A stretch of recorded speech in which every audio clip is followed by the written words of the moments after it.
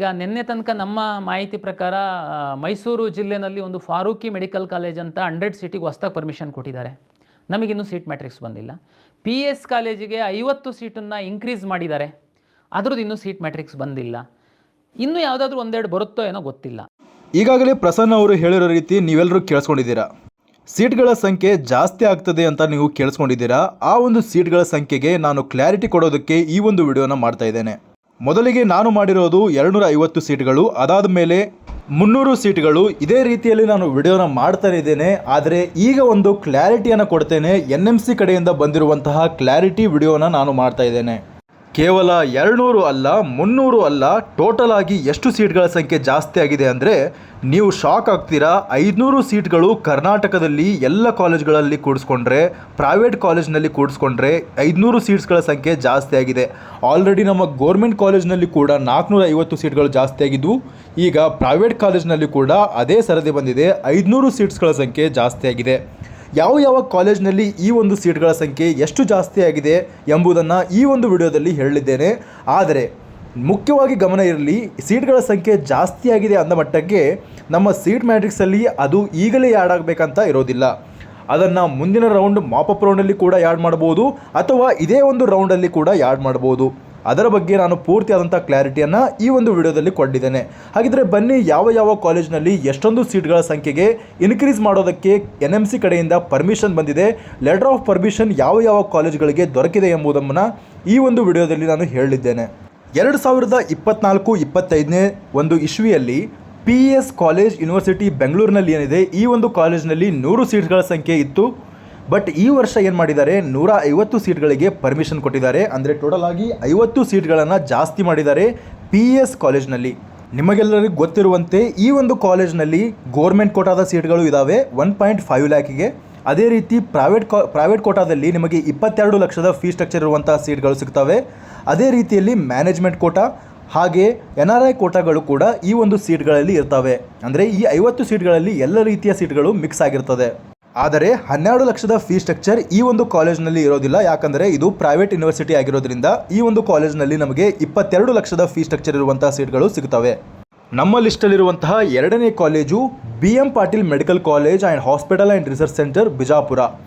ಈ ಒಂದು ಕಾಲೇಜ್ ಇದೆಯಲ್ಲ, ಇದು BLD ಕಾಲೇಜ್ ಅಂತ ಫೇಮಸ್ ಆಗಿದೆ. ಇದು ಬಿಜಾಪುರಲ್ಲಿದೆ.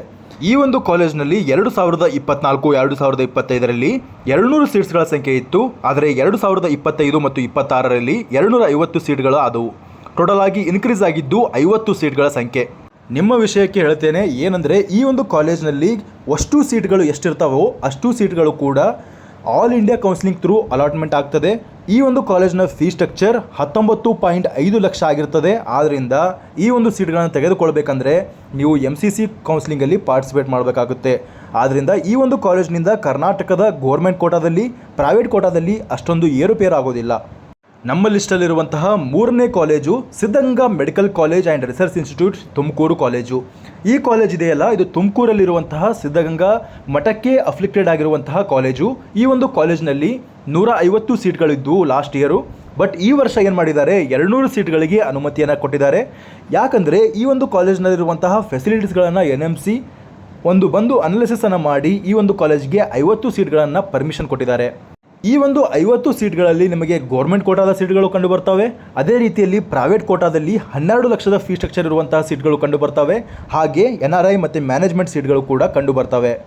ನಮ್ಮ ಲಿಸ್ಟಲ್ಲಿರುವಂತಹ 4ನೇ college Sridevi institute of medical sciences and research hospital Tumakuru college. ತುಮಕೂರಲ್ಲಿ ನಿಮಗೆ ಗೊತ್ತಿದೆ 3 ಕಾಲೇಜ್ಗಳಿದ್ದಾವೆ. ಒಂದು ಶ್ರೀದೇವಿ ಕಾಲೇಜು, ಸಿದ್ಧಗಂಗಾ ಕಾಲೇಜು ಮತ್ತು ಶ್ರೀ ಸಿದ್ಧಾರ್ಥ ಕಾಲೇಜು. ಈ 3 ಕಾಲೇಜ್ಗಳಲ್ಲಿ ಈಗ 2 ಕಾಲೇಜ್ಗಳಲ್ಲಿ ಸೀಟ್ಗಳ ಸಂಖ್ಯೆ ಜಾಸ್ತಿ ಮಾಡಿದ್ದಾರೆ. ಒಂದು ಸಿದ್ಧಗಂಗಾ ಕಾಲೇಜು, ಇನ್ನೊಂದು ಶ್ರೀದೇವಿ ಕಾಲೇಜು.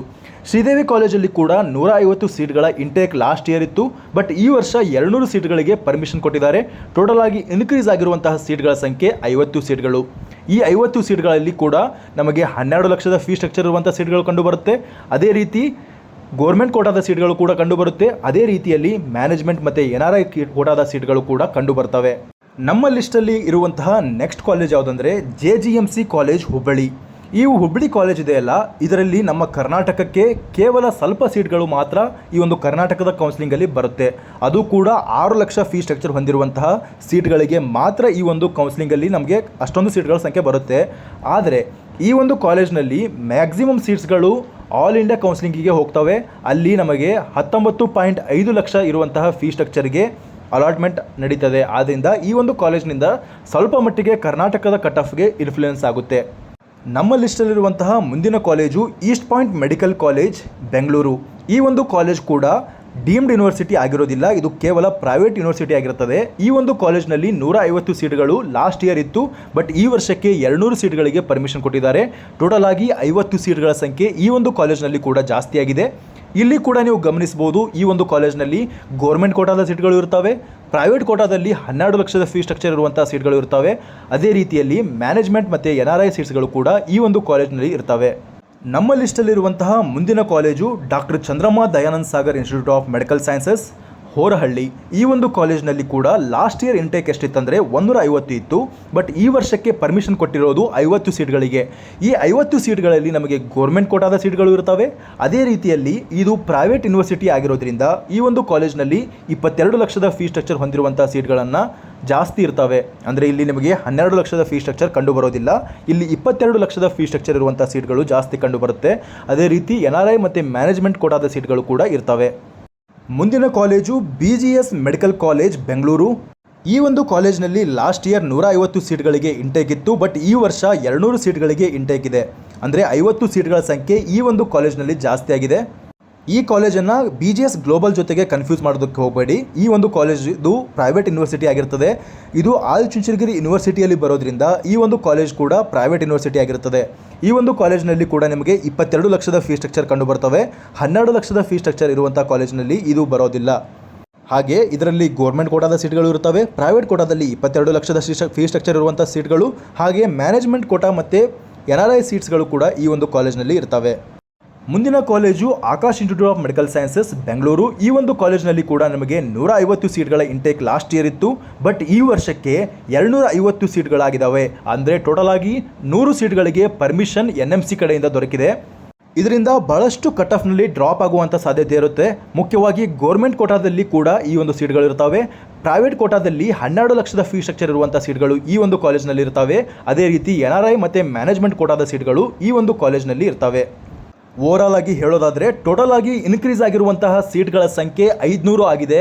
ಆದ್ದರಿಂದ ಬಹಳಷ್ಟು ಖುಷಿ ಪಡುವಂಥ ಸಂಗತಿ, BLDಯನ್ನು ಹೊರತುಪಡಿಸಿದರೆ 450 ಸೀಟ್ಗಳು ಕರ್ನಾಟಕದಲ್ಲಿ ಪ್ರೈವೇಟ್ ಕೋಟಾದಲ್ಲಿ ನಮ್ಮ ಕರ್ನಾಟಕದಲ್ಲಿ ಬರಲಿದ್ದಾವೆ.